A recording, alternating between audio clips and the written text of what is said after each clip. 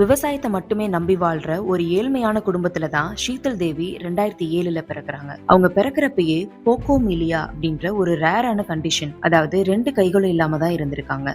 என்னதான் இவங்க ஃபேமிலியும் இவங்களுக்கு ரொம்ப சப்போர்ட்டிவா இருந்தாலும் ஷீதலுக்கு தேவையான மெடிக்கல் எஜுகேஷனை அவங்களால ப்ரொவைட் பண்ண முடியல. அப்போதான் 2019 அவங்க ஊர்ல நடந்த யூத் மிலிட்ரி ஈவெண்ட்ல ஷீதல் தேவி பார்ட்டிசிபேட் பண்றாங்க. அப்ப இந்தியன் ஆர்மிக்கு ஷீதல் தேவிய பத்தி தெரிய வரவே ஷீதலோட மெடிக்கலுக்கும் எஜுகேஷனுக்கும் அவங்க ஹெல்ப் பண்ண ஆரம்பிக்கிறாங்க. இதே டைம்ல கோச்சஸான அபிஷாலா சௌத்ரி அப்புறம் குல்தீப் இவங்க ஷீதலோட கான்பிடன்ஸை பார்த்து பாரா அத்லெட்ல ட்ரைனிங் கொடுக்கலாம் அப்படின்னு முடிவு பண்றாங்க. ஃபர்ஸ்ட் ஷீதலுக்கு செயற்கையா கை பொருத்தலான்னு முடிவு பண்ண ஷீதலோட கண்டிஷனுக்கு இதை பண்ண முடியாதுன்னு டாக்டர் சொல்லிடுறாங்க.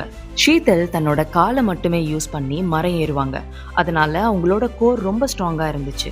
இந்த வீடியோவை ஃபுல்லா பார்க்க கீழே டிஸ்கிரிப்ஷன்ல இருக்க லிங்கை செக் பண்ணுங்க. மறக்காம சப்ஸ்கிரைப் பண்ணுங்க. See you all.